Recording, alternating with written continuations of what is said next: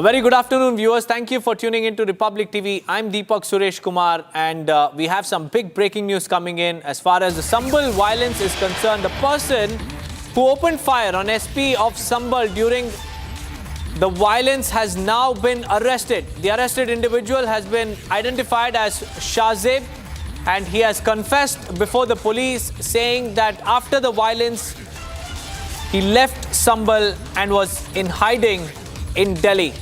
This is the big confession that Shahzeb, the man who opened fire on the Sambal SP, has made in front of the police team. After the incident, after the violence in Sambal, Shahzeb, the man who opened fire at Sambal SP, left Sambal and he was living in Delhi. He was trying to be under the radar, and now it seems like the long hands of the law has finally caught up to him. These are the pictures from November 24th, viewers, when there was violence in Sambal after a survey was ordered at the Shahi Jama Masjid.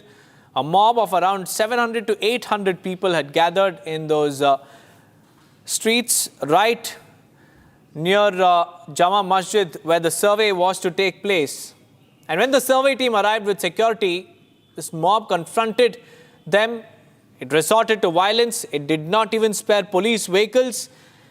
And one of them, who is Shahzeb, who is now arrested, one of them even pointed a gun at the local SP over there, the Sambal SP.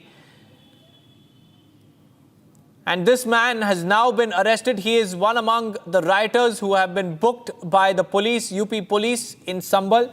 And now finally, the UP police have managed to arrest Shahzeb, alias Shehzab, in the Sambal violence case. He was in the national capital. That's what his confession that has been accessed by Republic TV says.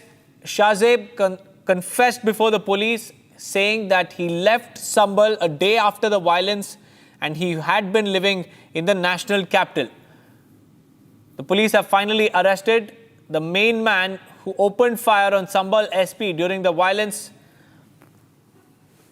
We have Sahil also joining us live from Sambal. Sahil, Shahzeb has been arrested. This is the same man who pointed a pistol at the SP of Sambal, and he has confessed to his crime, saying that after the violence on November 24th, he left the city and he had been living in the national capital in Delhi. What more details do we have? जी बिल्कुल, संभल police ने शहज़ैब नाम के शख्स को गिरफ्तार किया है। ये वही शख्स है शहज़ैब जिसने एसपी और एसपी के पीआरओ पे 24 नवंबर के दिन देसी कट्टे से फायर किया था, जिसमें एसपी और उनकी जो टीम थी बाल बची थी। हिंसा के बाद से आरोपी शहज़ैब जो था वो फरार हो गया था। दिल्ली के लक्ष्मी नगर और जहांगीरपुरी में ठिकाने बदल रहा था, लेकिन पुलिस के पास इनपुट मिलता है कि कल जो है शहज़ैब जो है संभल कोर्ट पे सरेंडर करने को आने वाला है, जिसके बाद पुलिस इसी इनपुट के आधार पर जब आरोपी शहज़ैब संभल पहुंचता है तो उसको गिरफ्तार कर लिया जाता है। जब उससे पूछताछ की गई तो उसने पूछताछ में कबूल किया कि 24 नवंबर की हिंसा के दौरान वो मौजूद था जिस जगह पे ये हिंसा हुई थी, क्योंकि शहज़ैब जो है संभल के दीपसराय इलाके का रहने वाला है। नकासा और हिंदू खेड़ा इलाके में इसने फायरिंग की थी और 24 नवंबर की टीम एसपी और पीआरओ उनकी जो टीम जब नकासा चौराहे पे पहुंची थी मुआयना करने के लिए, उस दौरान आरोपी शहज़ैब ने देसी तमंचा निकाल पुलिस टीम पे फायरिंग की थी और उस समय एसपी और उनकी पीआरओ की टीम मौके पर ही मौजूद थी। तो कहा जाए पुलिस ने आरोपी को गिरफ्तार कर लिया, क्योंकि ये शहज़ैब वही है जो कि अदनान का दोस्त है। अदनान को भी यूपी पुलिस ने दिल्ली के बाटला हाउस से गिरफ्तार किया था। फिलहाल इस आरोपी ने अपने अन्य साथियों के बारे में खुलासा किया है, उनसे पूछताछ की जा रही है। पूछताछ के बाद जो अन्य आरोपी दिल्ली या यूपी में छिपे हुए हैं उनकी गिरफ्तारी के लिए पुलिस जो है रेड कर रही है। जी Sahil, how many more accused are on the run and और कितने लोगों का अभी सर्च ऑपरेशन चल रहा है?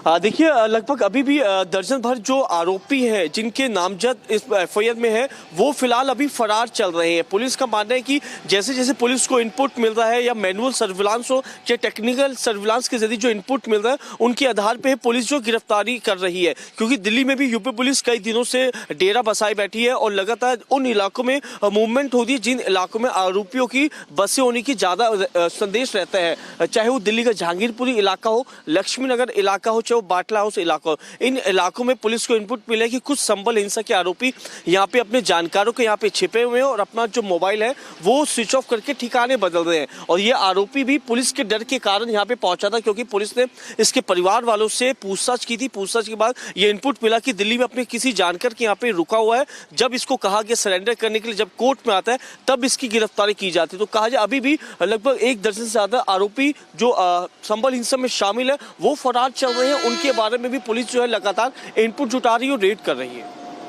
बहुत बहुत धन्यवाद साहिल जी हमारे साथ जुड़ने के लिए। In fact we have the Sambhal SP's reaction also coming in after the arrest of Shahzeb. Let's listen in. 24 नवंबर 2024 को जो हिंसा हुई थी उसमें पुलिस द्वारा यहाँ से लोगों को खदेड़ते हुए जब पुलिस है वो हिंदूपुरा खेड़ा क्षेत्र में पहुंची थी तब छत से किसी व्यक्ति द्वारा, अज्ञात व्यक्ति द्वारा फायर किया गया था। उसमें मुझे और मेरे पीआरओ को भी पाँव में गोली लगी थी। मुखबिर के आधार पे आइडेंटिफाई करने का प्रयास किया गया था कि कौन कौन लड़के थे जो इस तरीके के गन्स में डील करते हैं और इस तरीके की कार्रवाई में संलिप्त रहते हैं। तब शाहजेब उर्फ तिल्लन नाम का एक व्यक्ति जो कि हिंदूपुरा खेड़ा का रहने वाला है, इस व्यक्ति का नाम प्रकाश में आया।